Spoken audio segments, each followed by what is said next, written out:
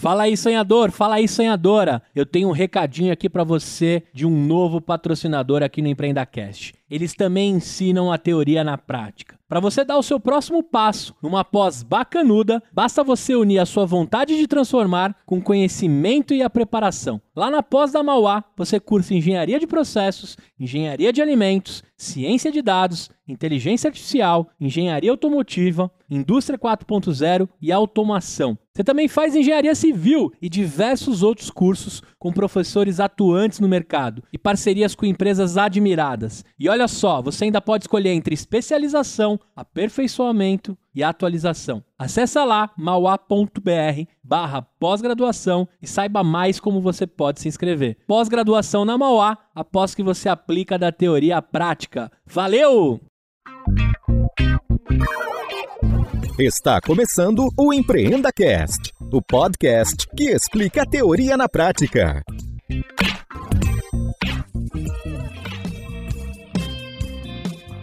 Esta temporada tem o apoio do patrocinador Verity, uma empresa focada em transformação digital e pronta para te auxiliar nessa jornada.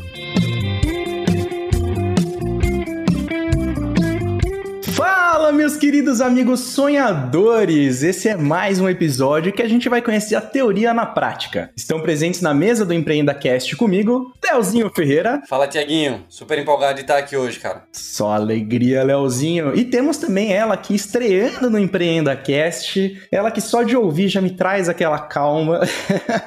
Helena Galante. Oi, Thiago, tudo bom? Oi, Léo. Tô muito feliz de estar aqui. Obrigada pelo convite. Obrigado você por ter aceitado e também por ter feito essa ponte maravilhosa com ela, que é a nossa entrevistada de hoje, Carol Pascoal. Oi, gente, um prazer estar aqui com vocês. Valeu, Carol, o prazer é todo nosso. E a gente vai fazer uma pequena introduçãozinha aqui sua, vamos ver se o que a gente encontrou ali nas redes, nas nossas pesquisas, tá correto. A Carol, ela é uma jornalista, fundadora da Trovoa, uma assessoria de imprensa para artistas, bandas, selos, festivais e eventos ligados à música. É isso aí, Carol? É isso, Trovoa Comunicação. Muito bom, muito bom. Bom, Carol, para começar aqui, a gente tem um bloquinho que a gente chama de bloco de empatia, onde a gente pede para você indicar uma música para os nossos ouvintes. Basicamente, aí, um negócio que te inspira, que tem a ver com a sua carreira, com as coisas que você faz, ou mesmo alguma coisa que você gosta de ouvir no seu dia a dia aí para fugir um pouquinho do trabalho, especialmente nesse momento de pandemia. Eu vou falar que eu poderia indicar uma, mas eu vou indicar outra. Eu poderia indicar Trovoa, porque ela é a música que deu nome à agência, né? Que é uma música do Maurício Pereira, mas eu acho que tem uma outra mensagem que me guia mais atualmente, que é Principia, do Emicida, que tem um trecho que fala que tudo que nós tem é nós, e eu acho que mais do que nunca a gente tem que seguir nesse pensamento. Muito bom. Bom, o Leozinho vai colocar então essa música lá na nossa playlist já, e você que tá aí curioso, vai lá no Spotify e procura por EmpreendaCast. Você vai encontrar o nosso podcast e também a playlist lá com as músicas que todos os nossos entrevistados pediram nos seus programas. Assim você já se conecta com eles e vai entendendo como que é o estilo de cada um. Bom, Carol, a gente também tem aqui 3 perguntinhas, quebra-gelo, aquele bate-bola jogo rápido, mas se você quiser dar uma aprofundada na resposta também, fica à vontade. Mas basicamente aqui é pra gente começar a nossa conversa aqui, com um clima mais descontraído, com perguntas aqui mais livres, né? E depois a gente entra na entrevista de cabeça. Eu separei aqui 3 perguntas que eu não vou mentir, são muito ligadas com os artistas que vocês representam lá na Trovoa. E eu tava até contando em off aqui pro pessoal antes de começar a gravar que não teve jeito, gente. Eu fui ouvir Amarelo de novo e eu chorei de novo. Tá aí a pergunta pra fazer pra Carol, como não chorar ouvindo? Porque ela tem que ouvir muitas vezes. Como é que você consegue, Carol, não se emocionar? Ou se emociona? Eu super me emociono ainda. O problema quando você é o assessor do artista, assessora do artista, você geralmente é uma das primeiras pessoas a ouvir aquele disco, e o disco chega pra você com um mês de antecedência, sei lá. E aí você tá com, sei lá, o melhor disco do ano e não pode mostrar pra ninguém. E aí quando sai, você já sabe cantar todas as músicas e você quer falar pra todo mundo, gente, ouça, porque é muito bom. Mas você tem que ficar muito tempo guardando sem mostrar pra ninguém também, e dá uma ansiedade danada. E só eu tinha aquilo comigo, queria te chorar, mas compartilhar com os outros também, é muita ansiedade. mas eu choro ainda. Então, aproveitando esse clima aqui de amarelo, eu quero aproveitar e te perguntar o que te faz respirar fundo e voltar pro ringue? Minha sobrinha, de 1 ano. É muito louco, assim, minha sobrinha tem 1 ano e quando eu voltei a ter um contato com um bebê muito pequeno, né? E aí a gente vê a descoberta da vida, assim, das palavras, dos gostos e dos cheiros, e aí eu acho que me dá um respiro, me dá vontade de voltar, assim, com garra por ela, pra ela, sabe? E aí agora indo pro fiote, lá em Gente Bonita. Qual que é o gosto, cheiro, toque ou tempero que te lembra um pedaço da infância? Acho que o brigadeiro. É isso, meu doce favorito de sempre e pra sempre, eu acho. E agora pra gente terminar aqui esse bloquinho de perguntas, a não ser óbvio, né, que vocês tenham mais alguma quebra-gelo, mas aqui falando de Lineker e os caramelos, o que tem na malinha de mão do seu coração? Todas as lembranças das minhas viagens, que é o que eu mais gosto de fazer na vida, é viajar. Então eu acho que as lembranças das viagens é o que eu carrego, assim, comigo. E é o que fica, né? Eu nunca vou perder. Essas lembranças é o que tá na malinha de mão do coração. Então vamos lá, agora entrando aqui no nosso clima EmpreendaCast, vamos conhecer um pouquinho mais da Carol. E a gente quer saber, Carol, do seu início. Quando e como você começou a empreender. Mas para chegar lá, a gente precisa saber que antes de você começar a empreender, você passou 10 anos cobrindo o universo musical como jornalista no Estadão, na Abril, como freela no Sesc e na Inker. Como que foi essa experiência de produção de conteúdo ao longo desse tempo? Na verdade, eu sou formada em jornalismo, né? Entrei na faculdade querendo cobrir jornalismo esportivo. Corintiana, é um problema. Corintiana roxa. Cresci assistindo NBA, futebol, enfim, achava que ia cobrir Olimpíada, enfim. Mas fui para totalmente outro lado da cultura, assim. Comecei estagiando no Estadão, cobrindo música já, então eu fazia o guia, e fazia também o guia cultural da semana, e fazia algumas matérias pro Caderno 2, onde eu fiquei 3 anos, e depois eu já fui pra Veja São Paulo como repórter mesmo, para cobrir música também, o roteiro de shows, e todas as matérias que eram relacionadas à música eu que fazia. E aí ali foram 3 anos e meio, até eu ir pra Nova York, fui morar 1 ano lá, fui estudar. Lá eu freelava, escrevia de tudo, de filme, cultura, desfile de moda no New York Fashion Week, era bem plural, assim, e tinha as minhas aulas também. Voltei pro Brasil, depois de 1 ano, mais ou menos, e nunca pensei em sair de redação, na verdade. Minha paixão é redação, é apurar, é escrever, é entrevistar artista, banda, falar sobre festival, enfim. Tive algumas propostas para voltar pra redação, mas nenhuma se encaixava muito no que eu queria naquele momento. E aí fiz um freela na exposição da Marina Abramovic no Sesc Pompeia, eu fazia o conteúdo dela. E aí foi muito engraçado, porque eu nunca tinha escrito nada que não fosse sobre música, e me perguntaram na entrevista se eu entendia de arte de performance. Aí eu falei, não, né? Mas quem entende? Maravilhoso! E aí eu falei, se a Marina Abramovic vai ser, né, minha principal fonte, ela é a criadora do negócio, então eu vou estar com uma fonte ótima aqui, eu sou uma boa repórter, eu prometo que vai funcionar, e realmente funcionou. Depois fui trabalhar na Inker, onde foi uma virada de chave, assim, pra mim, que foi quando eu cheguei como coordenadora da agência, que fazia assessoria de imprensa já. Então eu cheguei como coordenadora de uma equipe de assessoria sem ter feito assessoria na vida. Mas o fato de eu ter trabalhado muitos anos em redação fazia com que eu tivesse a noção do outro lado. Então, assim, eu sei o que me incomodava no serviço de assessorias, sabia o que eu precisava como repórter, então eu estava munida das ferramentas, só precisava colocar em prática como fazer um planejamento, como pensar os timings, enfim. Fiquei na Inker 2015 a 2018, abri a Trovou em 2018, que é essa loucura, nunca pensei em empreender, e aí abri a agência em 2018. Queria perguntar, Carol, porque a gente se conheceu em redação. A gente se conheceu dentro da Vejinha. Obviamente, a amizade já superou e muito o ambiente do trabalho. Você comentou isso, assim, que você sempre foi muito repórter, de gostar de ir atrás, de conversar com as pessoas, entrar no camarim depois do show pra saber como o artista tinha pensado todas as coisas, e você contava isso pra todo mundo. E eu sinto que você não parou de ser repórter, mas eu não sei se você teve que mudar essa chave, assim, agora eu não sou mais repórter, porque eu vejo você entrevistando as pessoas igualmente, parece que só mudou o formato. Você sente repórter ainda hoje ou não? Não, eu super me sinto repórter ainda e eu acho que eu sou uma boa assessora porque eu sou uma boa repórter, né? Eu penso muito isso, assim, por exemplo, quando um artista que eu trabalho, ele vai lançar um disco, eu sou a primeira pessoa a entrevistar esse artista para escrever o release sobre esse disco, que é replicado 1000 vezes na imprensa, que é copiado 1000 vezes na imprensa. Então, assim, eu continuo fornecendo material e conteúdo para a imprensa, independente de estar ou não numa redação. E eu acredito, assim, que a minha virada de chave de repórter para assessora, de, enfim, ter esse cargo de assessora, foi muito difícil, porque eu achava que o que eu fazia como repórter era muito incrível, mas depois eu entendi que, sendo parte da equipe dos artistas, o que eu fazia era muito maior. Porque quando você é repórter,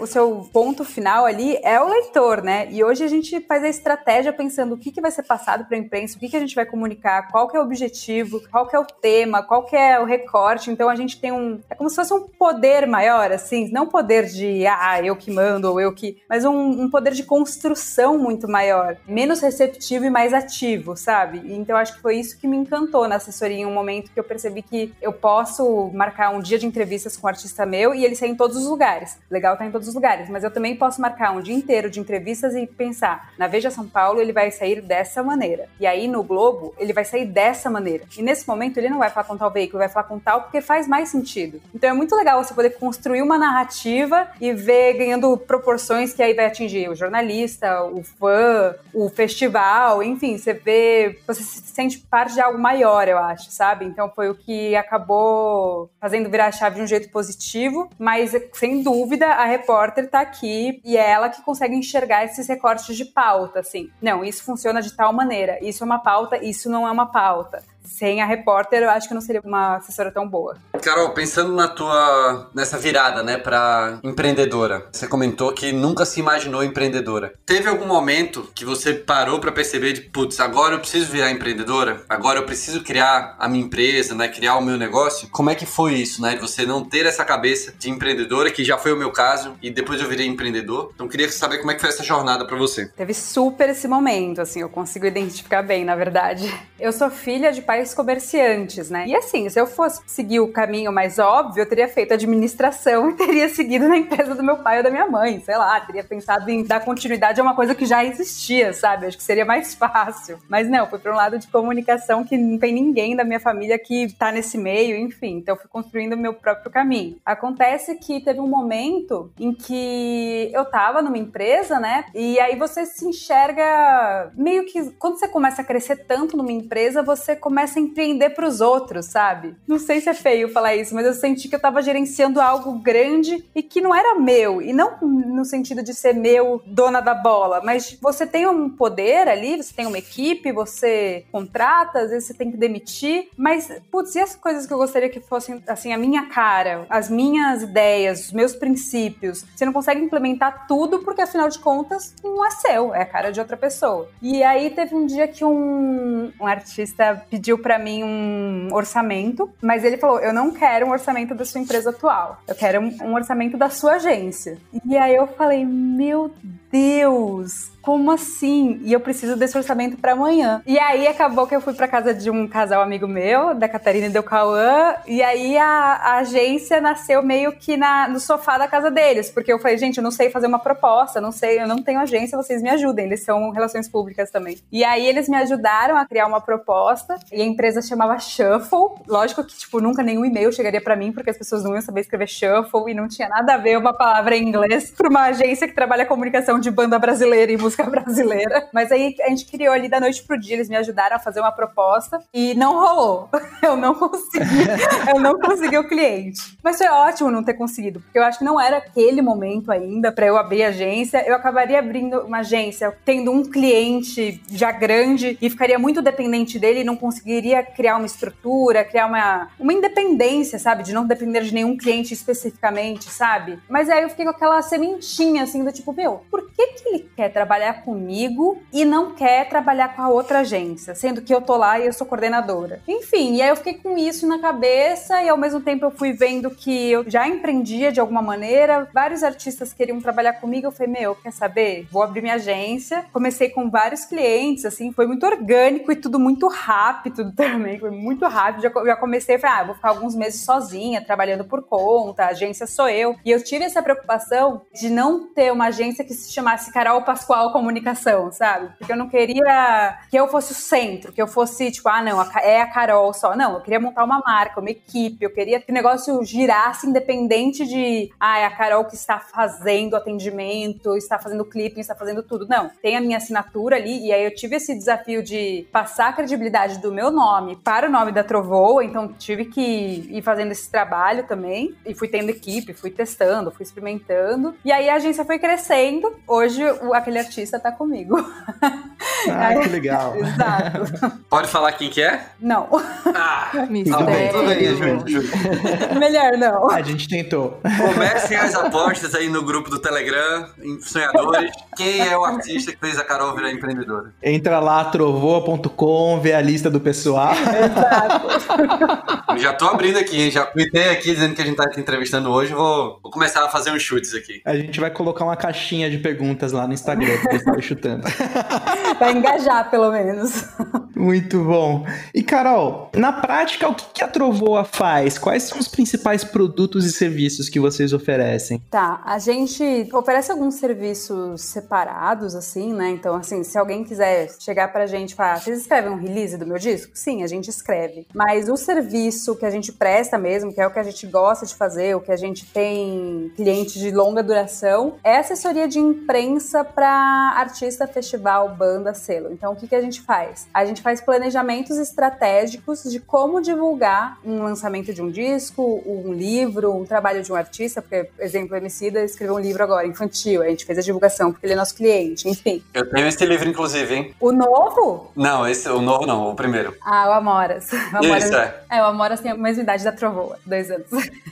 Então a gente faz esses planos estratégicos de divulgação junto à imprensa. E é engraçado que teve um momento que eu falei assim, nossa, eu acho que eu tô chegando atrasada nesse rolê de assessoria. Por quê? Muita gente encara a assessoria, aí é por isso que a gente fala que é assessoria IRP, como, a imprensa tá acabando, a imprensa não funciona mais. E não é isso, né? A imprensa, ela só tá mudando e migrando para outros lugares, né? Então, hoje você pode divulgar em podcasts, você pode divulgar, sei lá, no perfil de TikTok, enfim. Você sempre vai precisar desse interlocutor que vai encontrar os espaços ideais para o seu trabalho. Então, teve essa crise do tipo, nossa, acho que eu tô chegando atrasada nesse meio, e aí, de repente, percebi que não, tá tudo bem, tá tudo certo, e eu acho que ter essa cabeça de que imprensa não é só jornal, não é só TV, não é só rádio, ajuda bastante também a sair do lugar comum e criar um serviço diferente do que é prestado em outras agências, por exemplo. Carol, você levantou a bola da imprensa aqui, eu vou ter que falar, senão não vai dar. Que bom que a imprensa não morreu, eu tô aqui, gente, tô viva também, calma. Mas eu sinto que tem uma coisa que eu acho que de dentro de uma revista eu percebo, e acho que todos os veículos estão passando por isso, que tem transformações de pauta, de como a gente lida com os assuntos. E agora, recentemente, a Trovoa divulgou, o Djonga apareceu no Jornal Nacional. E você falou, olha, o rap no Jornal Nacional. E eu fiquei pensando, em, 14 anos de formada que eu tenho, que talvez isso não fosse pauta antes pro Jornal Nacional, e hoje é. Só que hoje é também porque tem alguém ali sabendo contar essa história, criando essa narrativa, como você falou antes, pra isso chegar também na mão do jornalista do outro lado, já com uma história pra contar. Você acha que teve que dar uma atualizada em como contar as histórias pra elas também chegarem de formas diferentes do outro lado? Putz, eu acho que sim, mas eu acho que a mudança maior é no sentido que a imprensa precisou perceber que ela tinha que mudar, sabe? Então, assim, quando eu vejo o Djonga no Jornal Nacional, é lógico que é um resultado de construção, mas é um mérito totalmente dele. Por mais que a gente tenha feito a interlocução, tenha acompanhado a pauta, tenha mandado material, ele construiu isso. Ele tá indicado a um prêmio internacional e é o primeiro primeiro brasileiro a estar indicado nesse prêmio internacional. Então, assim, isso pra mim, desde sempre teria que ser noticiado. Antes, e aí eu acho que foi isso que, acho que um grande marco do rap, né, é que quando o Sabotage morreu, ele apareceu nos cadernos de cidades e não de música, de cultura, né, então, assim, um artista negro morto, assassinado nas páginas policiais. Então, assim, quanto de racismo tem nisso, né? Se fosse um cara branco, ele estaria ali ou ele estaria no caderno de cultura? Então, eu acho que ter o Djonga no Jornal Nacional, pela arte dele, cantando o que ele canta, uma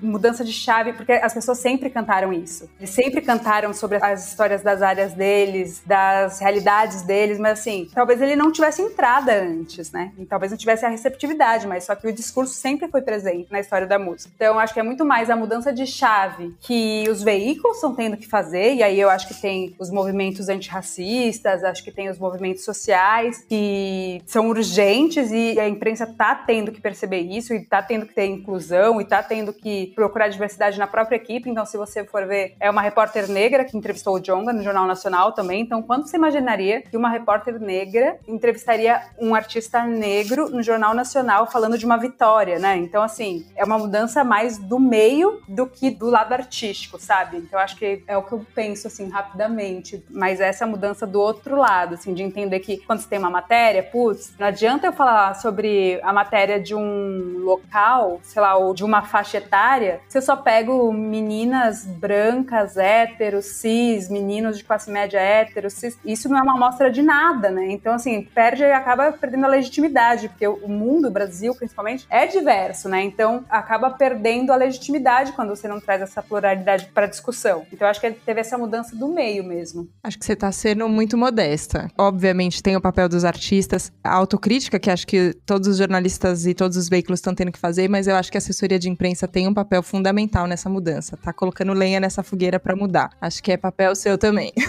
É isso, a gente é o interlocutor, né? Então, a gente tá ali cutucando, tá insistindo, a gente tá sempre em contato apresentando trabalho, e não é fácil divulgar cultura, não é fácil, assim, é sempre... E aí eu acho que a Helena deve ter essa percepção também. Quando eu trabalhava em redação, por exemplo, trabalhava no Estadão, aí eu falo assim, Copa do Mundo. Alguém de cultura vai ter que ajudar a cobrir Copa do Mundo, mas não é que a pessoa vai pra Copa do Mundo, ela vai escrever, tipo, a legenda do jogo, assiste aí, Croácia e não sei o que lá, e aí você vai fazer a legenda daquele jogo, sabe? Da foto. Mas é sempre assim, o veículo de cultura e caderno de cultura que perde página pra aumentar o esporte, ou se não em época de eleição, é a equipe de cultura que é reduzida. Divulgar a cultura já é difícil, entendeu? E a gente serve mais como interlocutor mesmo. Eu acho que tem um papel importante, mas se o artista não tem um discurso sólido, não aproveita espaço, é lógico que a gente acaba também muitas vezes tendo que dar um auxílio, né, no discurso, falar vem por aqui, vai por ali, eu não consigo não achar que é mérito deles. Eu me vejo mais como um instrumento, assim.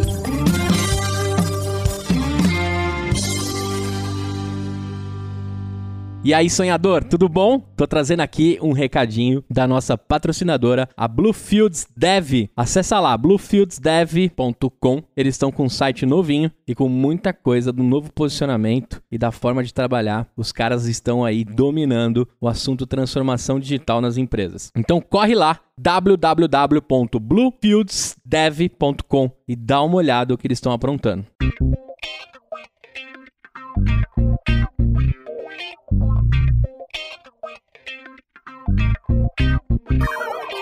Deu pra entender bem, né, qual é a dor que você resolve aí do teu cliente, né, dos músicos, dos festivais, dos produtos de cultura como um todo, né? E o que é que você oferece pra esse cara? Você comentou que no comecinho ali, você pode fazer o release de um novo disco, né, de um novo produto, mas quando alguém chega pra contratar a Trovoa, tem mais alguns serviços que dá pra gente dizer que vocês oferecem pros clientes? É o que eu falei ali, eu acho que o nosso serviço mesmo, o serviço de assessoria de imprensa, isso é uma coisa que eu falo pra toda pessoa que vem falar comigo pedindo um orçamento ou pedindo conselho e tal. Todo artista deveria ter uma assessoria de imprensa fixa o ano inteiro. Muitos procuram só na época do lançamento ou na época que tem alguma coisa, um gerenciamento de crise, alguma coisa do tipo. E eu falo que que o artista tem que ter uma assessoria fixa porque as oportunidades, elas não param nunca e a comunicação do artista passa por um processo de construção mesmo. Quando artistas chegam pra mim e falam, olha, tem um disco e quero divulgar ele durante 3 meses. Você começa uma comunicação e termina e ela não se mantém, sabe? Acabou o terceiro mês, tipo, pautas que poderiam surgir, que poderiam acontecer, deixam de acontecer porque ele não tá com um serviço de imprensa contratado. Então, no próximo disco dele, depois de 1 ano, ele vai começar de novo uma assessoria de 3 meses e vai ficar picotando essa narrativa, não tem uma constância. Então, o que eu gosto realmente de prestar esse serviço de assessoria de imprensa fixo para artista e ir construindo junto essa narrativa. Tipo, agora vai lançar um disco, vamos fazer a estratégia desse disco inteiro. Onde a gente vai aparecer primeiro, pra onde a gente vai,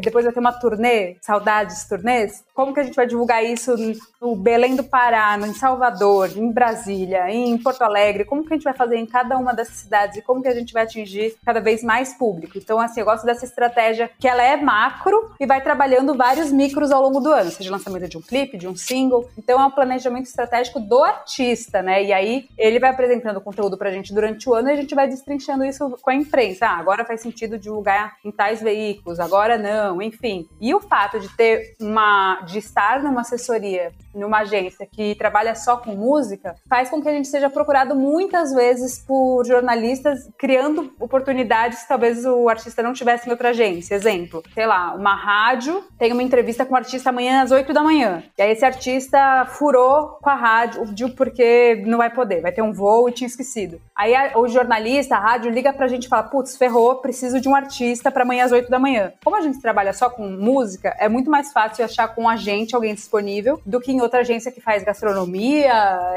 artes visuais, enfim, outras coisas que não é o que eles estão procurando. Então a gente acaba colocando um artista que não é às vezes nem tão grande, tem uma oportunidade de estar ali numa rádio legal porque teve esse furo, enfim. E aí uma coisa importante também, que é uma coisa importante de falar do serviço de assessoria de imprensa, que se perguntaram o que faz em si, né, a estratégia, uma das coisas que eu falo a assessoria de imprensa não pode prometer nada pra ninguém. E que o assessor de imprensa que prometer alguma coisa pra alguém, você tem que sair correndo, porque ela não tem poder nenhum de emplacar as coisas nos lugares. Até porque, e isso já aconteceu isso comigo, de uma vez de estar uma pauta emplacada numa capa de caderno 2, tipo, amanhã vai sair o lançamento do disco e tem uma capa já feita com entrevista e tal. E aí o Domingos Montanhemo desapareceu no Rio durante as gravações da novela. Então, assim, a chance da capa cair era gigantesca. Se encontrar ele vivo até a hora, cai. Se encontrar ele morto até a hora, não cai, mas vira outra coisa. Então, assim, não dá pra prometer nada pra pessoa e pro cliente. Você pode prometer que o trabalho vai ser bem feito, que você tem os contatos, que você vai voltar com um sim ou com um não. Mas prometer que você faz, coloco ali, coloco aqui, isso você tem que fugir. Carol, você comentou da assessoria dos artistas, mas eu queria te perguntar sobre assessoria de festival especificamente. Você falou saudades turnê, eu vou dizer saudades festival. Turnê eu nunca acompanhei ninguém em turnê, mas festival, que saudade de ir num festival. Tô contigo. Não é? Eu sou daqueles que, assim, vou ver a última banda, mas chego antes de abrir, fico lá o dia inteiro, sento no chão. Exato. Fico só pra falar. Exato, pra gente é só demais. curtição, mas a hora que eu vejo um evento ao vivo, aí com público, com muitas bandas, aí são várias demandas ao mesmo tempo, não é de enlouquecer? É a parte mais difícil? Não, talvez. É assim, a diferença de fazer um festival, e que saudades mesmo de festival, eu acredito muito nisso, que tudo que a gente divulga histórias, na verdade. Independente do produto que você esteja falando, seja um sarau, seja um festival, seja um disco, seja um livro, você tá contando uma história de alguém, ou de alguma coisa. E aí você vai pensar em como você vai contar essa história. Então, assim, claro que a gente se organiza por pontos chaves, assim, então é um festival, tem um momento que eu vou anunciar as datas, tem um momento em que eu vou anunciar a programação, e aí eu vou explorar os artistas, o que os artistas que vão tocar nesse festival estão fazendo, quem tá lançando disco, quem tá fazendo alguma coisa legal que eu possa explorar na imprensa, enfim, a gente vai construindo uma história, e é claro que tem muito trabalho, mas também em festivais a gente tem mais equipe, então eu posso chamar mais gente para trabalhar comigo, posso chamar mais pessoas ali, mas eu acho que a Trovoa, ela acabou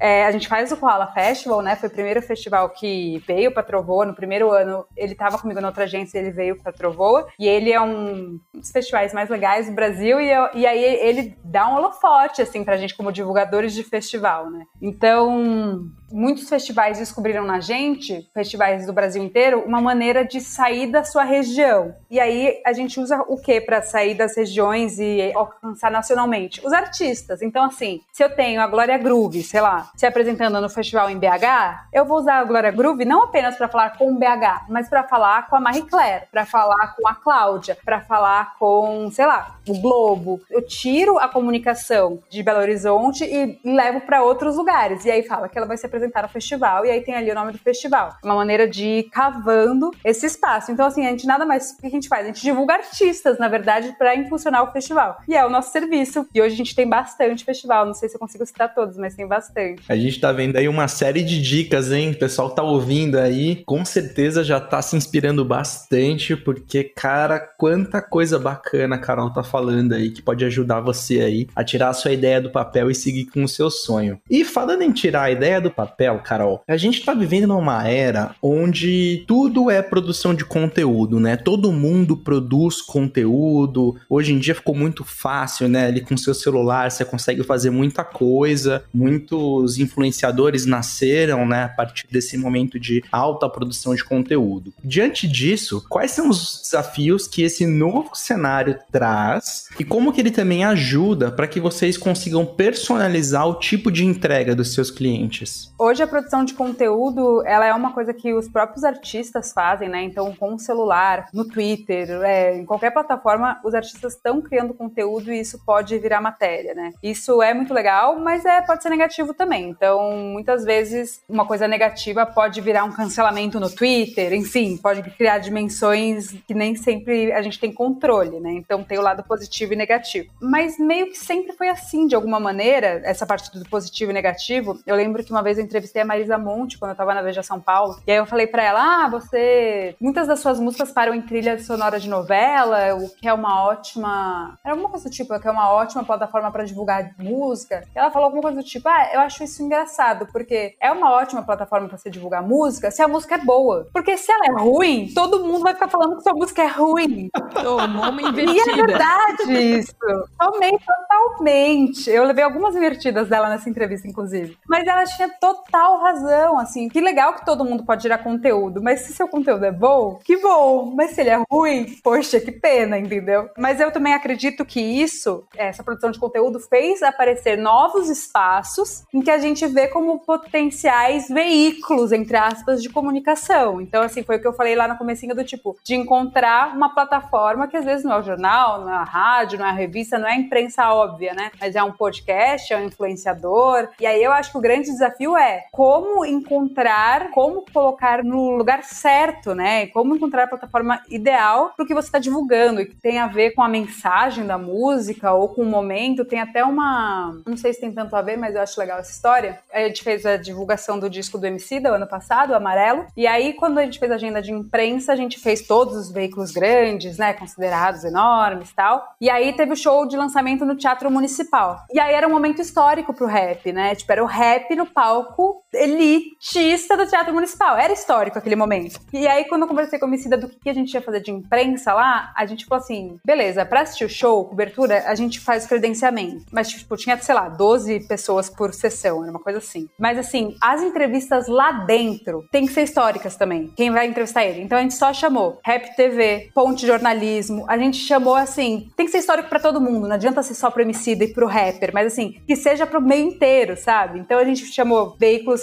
de pautas mais sociais, chamou o Rap Falando, que é outro veículo de rap. Então, assim, de entender qual que é a importância. Se chamasse o Estadão, a Folha, eles iam fazer também, ia ser legal. Mas, putz, é muito mais legal a gente trazer a cena inteira junto, sabe? Então, acho que tem esse pensamento que eu queria compartilhar. E aí eu também queria adicionar uma parte de produção de conteúdo, de como a pandemia acelerou alguns processos. O Emicida é um exemplo disso, a gente fez muita coisa com ele remoto. Então, assim, encontro com Fátima, a gente fez Roda Viva, a gente fez os jornais, a gente fez muita imprensa e todos feitos de forma remota. Então, isso acelerou muito um processo que acho que ia acontecer mais lá pra frente, sabe? De se questionar. Acho que se tem um musical, beleza, tem que tocar ali com a banda. Mas pra dar uma entrevista, será que o artista precisa ir de São Paulo pra ir pro Rio, sabe? Movimentar uma equipe inteira, passar por um estresse de aeroporto pra dar uma entrevista, sendo que basta você estar do outro lado da tela do computador e você consegue dar a mesma entrevista? Acho que, claro, que nada substitui encontro presencial e tal, mas o quantas vezes não é uma forçação de barra também, né? Então, eu acho que com a pandemia, alguns processos foram acelerados, coisas que iam acontecer mais pra frente, aconteceram agora, e que facilitaram nesse sentido comunicação mesmo, sabe? Que facilitaram entrar numa Globo News do nada da sua casa, sabe? Fazer um Roda Viva da sua própria casa, enfim. Carol, mas sabe que essa sua fala me trouxe uma pergunta que eu vou fazer pra você, mas eu acho que o Léo e o Thiago podem responder responder também, porque na verdade é uma coisa que eu penso sobre empreendedorismo em geral. Achei bonito quando você falou sobre a apresentação lá no Teatro Municipal, falando assim, ó, tem que ser importante pra todo mundo, tem uma ideia coletiva de isso daqui vai ser um marco pra muita gente. E eu vejo muitos empreendedores falando que eu sinto que a noção de competitividade de um jeito antigo, agressivo, meio canibal ali do meio, não é mais o jeito que as pessoas lidam. Claro, todo mundo quer crescer e quer marcar o seu terreno, conquistar seu espaço, fazer o seu trabalho da melhor forma, mas tem um pouco, eu sinto isso assim, que tem espaço para todo mundo, para todos os empreendedores. Você acha que isso é assim na assessoria de comunicação de música ou tem uma competitividade que fica rolando solta? Eu tô sendo ingênua. Me contem também, Léo e Thiago.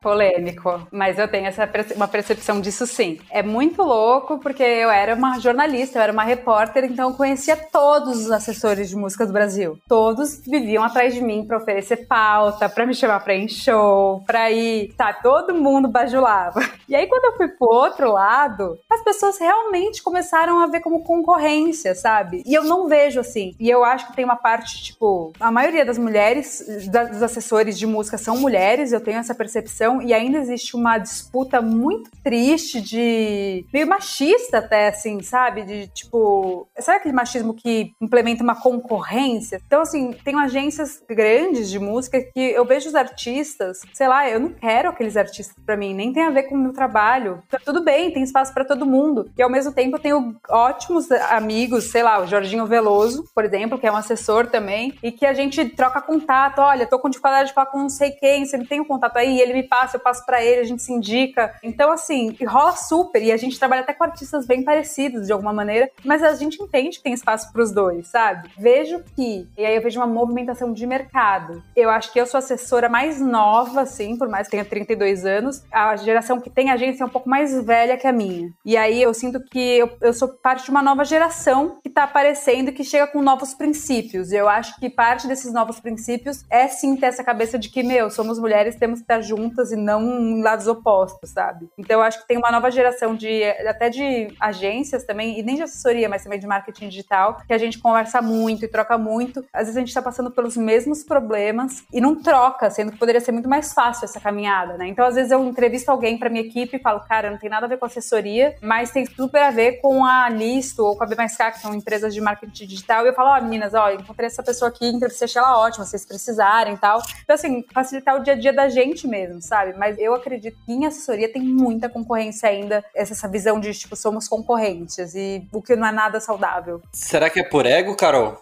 Eu acho que existe ego, eu acho que existe medo, porque as mesmas pessoas que me tratavam super bem começaram a meio que não me tratar mal, não é isso, mas assim, com indiferença. Foram poucas as pessoas que falaram assim, cara, que legal, conta comigo. Existem essas pessoas, mas não foram muitas. E tem uma cliente minha que falou isso, e é muito curioso que muitas pessoas, muitos jornalistas que têm projetos, têm que procurar serviços da Trovoa pra fazer assessoria, e eu fico muito feliz porque significa que eles gostam da gente de alguma maneira. Eles poderiam ir atrás de qualquer assessoria, eles vêm atrás da gente. E uma dessas jornalistas, ela falou, olha, você tá fazendo assessoria pra mim agora, e a gente tá falando justamente de concorrência. E ela falou assim, vieram perguntar quem que tava fazendo assessoria pra mim, porque eu comecei a sair nos lugares. E os assessores começaram a perguntar pra ela. Todo mundo falou assim, aí eu falava, a Carol, aí ninguém falava assim, não, a Carol é horrível e tal. Não, ninguém falava isso. Mas tipo, tá. E aí, tipo, essa pessoa falou pro Jorginho Veloso, que é esse meu amigo, e falou, nossa, a Carol é massa, a Carol vai te colocar nos lugares, ela tem umas conexões. Tipo, foi o único que deu assim, poxa, que massa, independente de não estar comigo, a Carol é massa. O resto foi super assim, ok, só pela informação ali, sabe? Mas tipo, não tá comigo, tá com a Carol. Então, acho que tem ego, acho que tem medo, acho que tem um pouco de tudo, sabe? A visão que eu tenho aqui do mundo empreendedor é um pouco do que a Carol falou, que tem uma diferença geracional. As novas gerações que a gente vê, principalmente o pessoal que tá ligado em setores que são mais inovadores e mais transformadores, o pessoal da comunicação, o pessoal da tecnologia e tal, eles tendem a se unir mais, né? A gente pode ver um pouco do reflexo disso no nosso novo programa, o Isso é o Mínimo, que a gente faz em parceria com o pessoal da IVE, que mostra empreendedores que estão realmente preocupados com coisas além dos seus bolsos, né? Então, que realmente têm propósito, que pensam em atividades e atitudes que podem mudar o mundo, e isso também inclui dar braços para quem na visão antiga era seu concorrente, e hoje eles enxergam como pessoas que ajudam a tornar o ecossistema melhor e desenvolver mais coisas para trabalhar junto e ir mais longe, né? Enquanto a gente tem essa visão um pouco mais conservadora, um pouco mais antiga, principalmente em mercados que também tem essa visão mais conservadora, de que tem esse negócio de rixa, né, de briga. Você não pode, de forma alguma, ter transferência de conhecimento ou mesmo de pessoas, né, para os seus concorrentes. Eu tenho um pouco dessa visão. Quando esses dois mundos se encontram, por mais que a pessoa que tem essa visão de querer dar a mão, ela estende a mão, a outra pessoa está tão acostumada a ter esse conflito, esse distanciamento, que ela se afasta. Então, é um pouco difícil, sim, mudar essa mentalidade, infelizmente, mas eu acho que a gente não pode desistir. Eu acho que o que a gente puder fazer para mudar, seja o empreendedorismo, seja qualquer coisa na nossa vida, a gente tem que insistir. Se a gente acredita naquilo, a gente tem que ir atrás, né? Então, se eu puder até deixar uma mensagem aqui para os empreendedores, apesar de, né, no seu entrevistado do dia... É isso, sigam o que vocês acreditam, sigam o instinto de vocês, e se vocês acharem que, poxa, tem outro empreendedor super bacana que trabalha na mesma linha que eu, desenvolvendo coisas bacanas, cara, vai lá e conversa com ele, porque muitas vezes vocês podem ter trocas tão interessantes que podem favorecer os dois, e nem por isso vai diluir qualquer que seja os clientes ou os fornecedores de vocês, muitas vezes pode somar, e vocês podem encontrar coisas poderosas para fazer junto. Tá vendo? Tem uma mensagem Jornada da Calma aqui, seguindo todo mundo junto. Eu Nossa, não aguento, muito... gente, não resisto.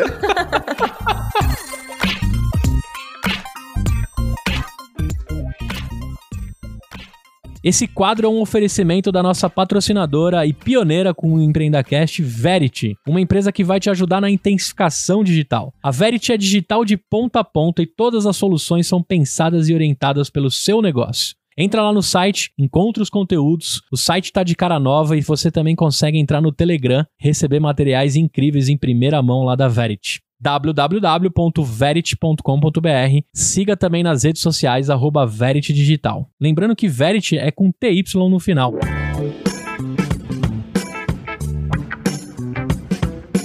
Carol, a próxima pergunta é uma das que eu mais gosto de fazer aqui no programa e acho que é uma das que mais traz insumo e aprendizado para os nossos ouvintes que também são empreendedores. Muitos deles nasceram já com esse fogo empreendedor e outros deles viraram empreendedores, às vezes numa jornada parecida com a sua, de que alguém de fora foi lá e fez esse estímulo para eles, né? Então, vamos lá. A pergunta é, quais foram os principais erros e aprendizados ao longo da tua carreira? E aí eu sempre faço aquela notinha de rodapé clássica. Não quero aquele erro que você fala assim, errei em tal coisa e logo depois eu transformei isso em um negócio de muito maior do que eu tinha antes, né? E não sei quantos milhões de reais. Quero aquele erro que você olha pra trás até hoje e se arrepende e fala, meu Deus, por que eu fiz isso? Claro que isso vira um aprendizado, né? Pra você melhorar na tua jornada, mas eu quero aquele erro que dói, sabe? Quando você vai tomar banho assim, você fala, puta, lembrei do negócio que eu fiz há 5 anos atrás e continuo me arrependendo. O meu maior erro é confundir muito ainda e misturar muito ainda a Carol e a Trovoa. Então, muitas vezes eu acho, tipo, não, eu não posso porque o cliente, eu não posso porque eu não tenho tempo pra nada, eu misturo tudo, sabe? Então, diz,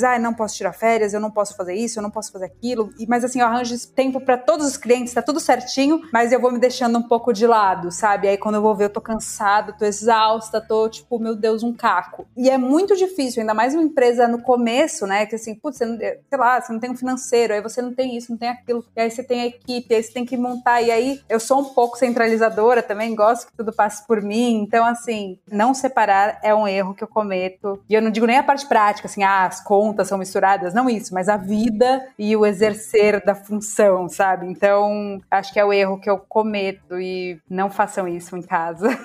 É uma linha muito tênue, né? Principalmente quando você se envolve tanto com o negócio, que é normal do empreendedor, porque de fato o negócio vira a vida dele em muitos casos, e você acaba misturando esses dois mundos. Eu amo música, é minha vida, então assim, o meu hobby, a minha diversão é meio que meu trabalho de alguma maneira também. Então assim, putz, sei lá, o ano passado eu fui pro Rock in Rio, fiquei, sei lá, 10 dias de Rock in Rio, 5 hotéis em 10 dias com um cliente participando, mas assim, é um trabalho incrível, mas também é cansativo, sabe? Tipo, mas eu não me permito depois de um Rock in Rio ter um dia de folga, por exemplo. Tipo, até porque eu tava no Rio, eu tava no festival. É difícil você separar que você tava lá trabalhando e não, tipo, se divertindo apenas, por mais que a gente consiga se divertir também. Ou se não, mesmo quando eu viajo, tipo, tem uma viagem pra fora, vou viajar pra Nova York, aí eu penso, deixa eu ver quais shows tem na cidade que eu já vou comprar ingresso. Então, assim, é como se eu não conseguisse separar uma coisa da outra. Então, a gente sempre tá trabalhando de alguma maneira, sabe? Então, é difícil dar uma separada.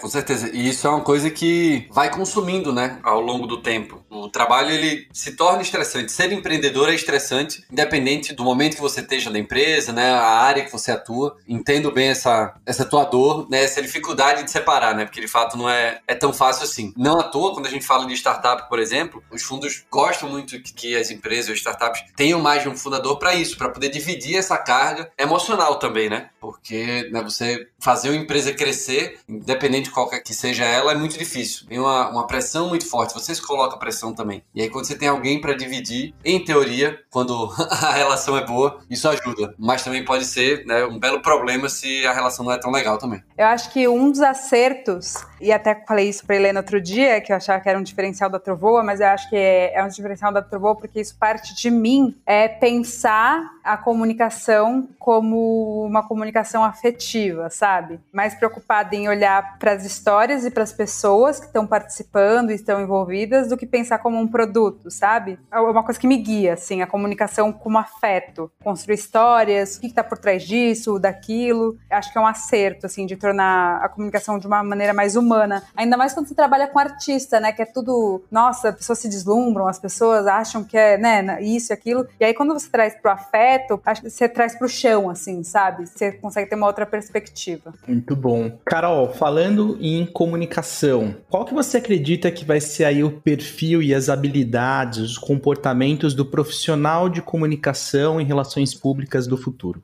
Eu acho que teve uma parte ali que eu falei de pandemia, né? Que eu falei que a pandemia, ela acelerou alguns processos, né? Então, coisas que iam acontecer daqui a 5 anos, em termos de tecnologia, de conectividade, de tudo, começou a acontecer agora porque a gente estava todo mundo dentro de casa precisando se virar e comunicar de alguma maneira, sabe? Então, eu acho que mais do que nunca, né? Porque antes eu acho que assim, você tem que ser plural porque você tem que saber fazer um vídeo, você tem que saber fazer uma foto, agora com o celular você pode fazer um podcast.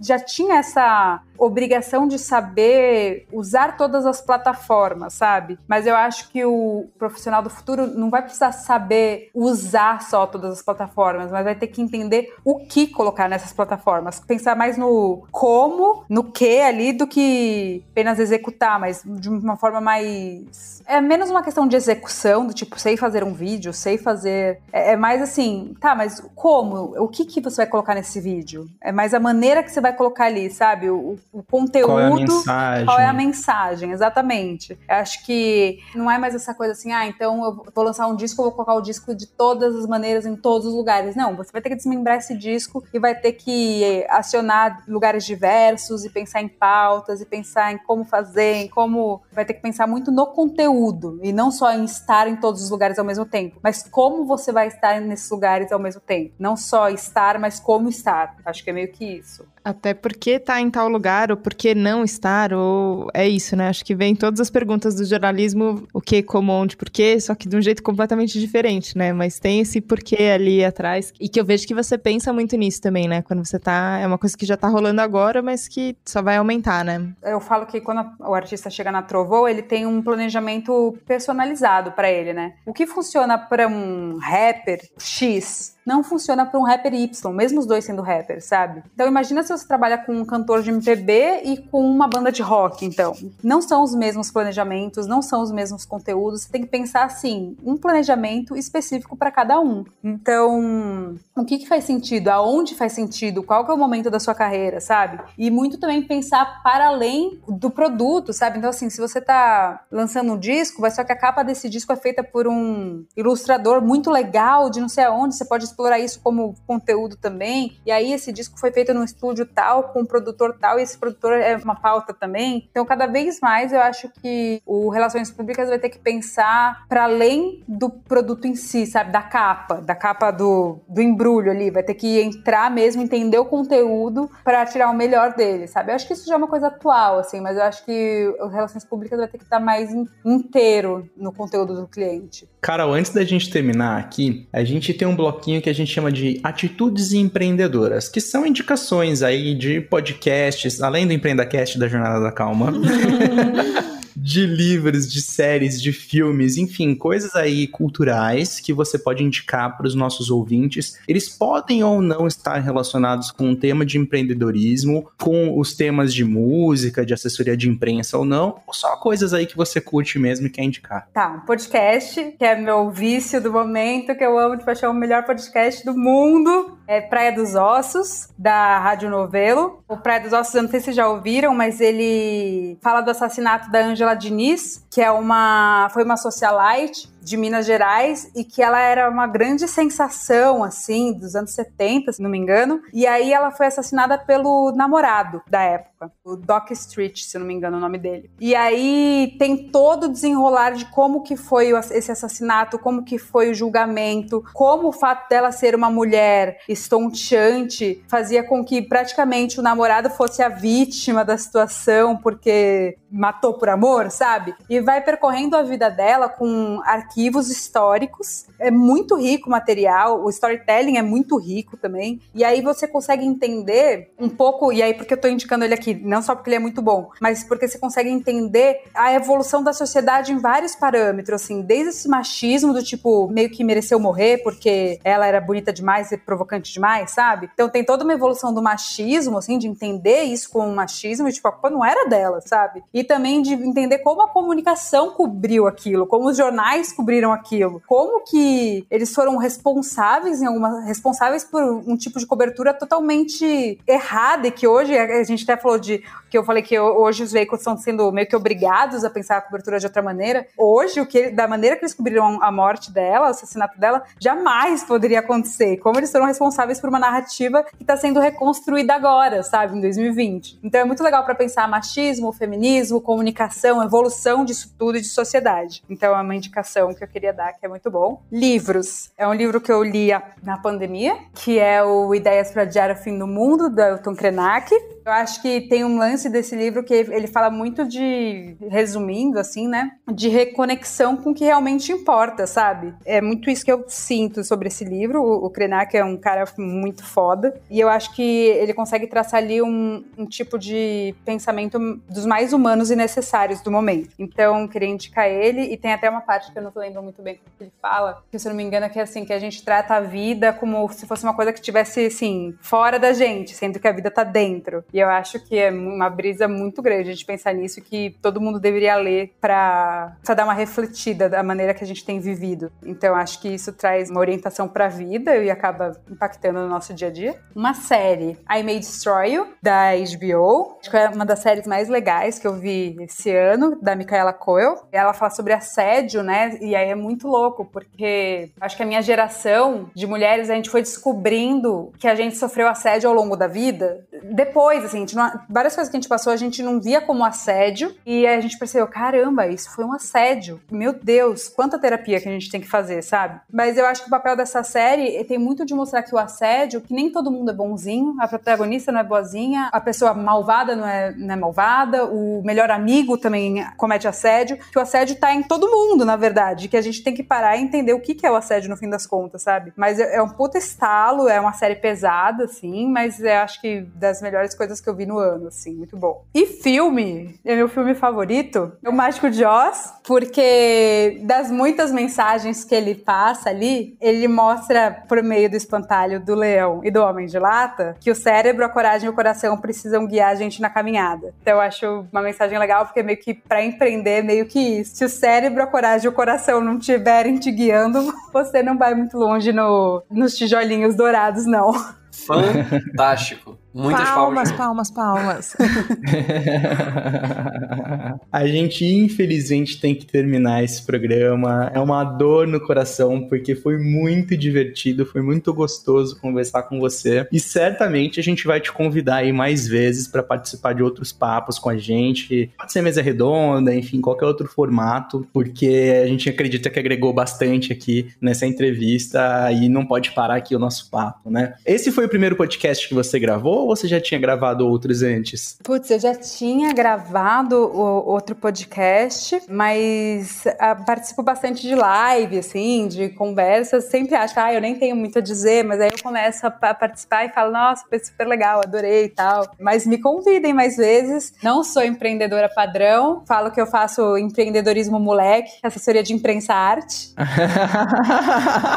É meio fora do comum, mas eu acredito que deve ter muita gente meio que dando umas patinadas que nem eu dei, e às vezes é bom assim, a gente ouve vários empreendedores falando e fala, caramba, nunca vou ser isso, porque do meu jeito não é assim, é muito sério isso. E de repente você se vê fazendo de um jeito que poderia funcionar para outras pessoas, assim, então é bem fora do padrão, mas que é sincero. Muito bom. E quais que são as suas redes sociais ou as redes sociais da Trovoa que você quiser indicar aqui pro pessoal te procurar? Meu Instagram e meu Twitter são @carolpascoal. Aí tem o Instagram da Trovoa, que é Trovoa Comunicação, sem cedilha, sem tio, né? Comunicacão. E o site da Trovoa é www.trovoa.com. Sigam, acessem, cliquem, compartilhem. Ativem o sininho. Brincadeira, porque eu não tenho canal no YouTube. Muito bom.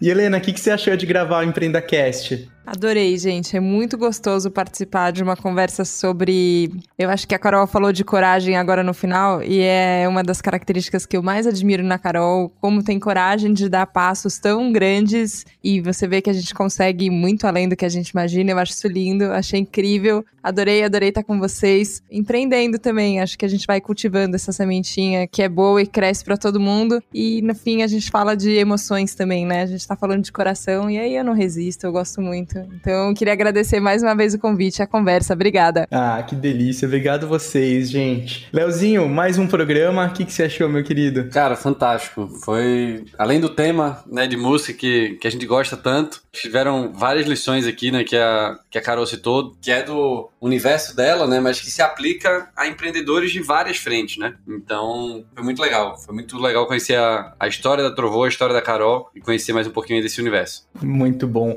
Eu não sei se dá pra ouvir, se dá pra perceber pela minha voz, mas, gente, eu tô terminando esse programa sorrindo de verdade, porque foi muito gostoso gravar, foi muito legal encontrar com vocês. Eu agradeço aqui de fundo do meu coração por essa oportunidade, por essa experiência. E pra você que tá ouvindo aí do outro lado, se você também tiver com um sorrisão aí na sua cara, não deixa de ir lá e seguir também o EmpreendaCast nas redes sociais. A gente tá nas principais redes. Como a gente já falou em outro episódio, né, Leozinho? Em breve no TikTok. Opa, em breve. Você também pode acompanhar a gente pelo site empreendacast.com.br. Lá você pode ver os nossos planos de assinatura para dar uma força aqui para o EmpreendaCast também. E também tem o link do nosso grupo lá no Telegram, e você vai encontrar uma comunidade com mais de 1.500 participantes que estão lá ativamente todos os dias falando sobre empreendedorismo. Se você estiver ouvindo a gente aí no Spotify, lembra de clicar no botão seguir para receber os últimos episódios sempre quando eles forem lançados. Se você estiver aí no iTunes, clica lá no inscrever-se, clica nas 5 estrelinhas, deixa o seu comentário que a gente depois vai ler tudo e vai usar o feedback de vocês para melhorar aqui o nosso programa. Pessoal, muito obrigado por todo mundo que participou aqui com a gente, muito obrigado para vocês que estão ouvindo. A gente se vê na próxima semana com mais um EmpreendaCast. Até lá e tchau! Tchau! Ei, olha só, presta atenção. Você ficou até o fim do episódio e nem percebeu, né? O tempo voou. Eu quero te fazer um convite. Se você estiver me ouvindo ainda, você pode apoiar o nosso projeto. www.empreendacast.com.br/apoio. Lá você consegue contribuir com o valor que você quiser e todo o dinheiro é pra gente comprar mais equipamento, pagar o nosso estagiário, o Luquinhas, que cuida das postagens, e deixar cada vez mais forte a nossa comunidade. Então, se de alguma forma a gente entrega um conteúdo bacana pra você, eu te faço um convite. Apoie o nosso projeto, participe de grupos de mentoria exclusivo e de alguma forma a gente vai tentar também, na sua jornada, te entregar conteúdo diferenciado e bastante desconto aí da nossa rede de parceiros. www.empreendacast.com.br/apoio.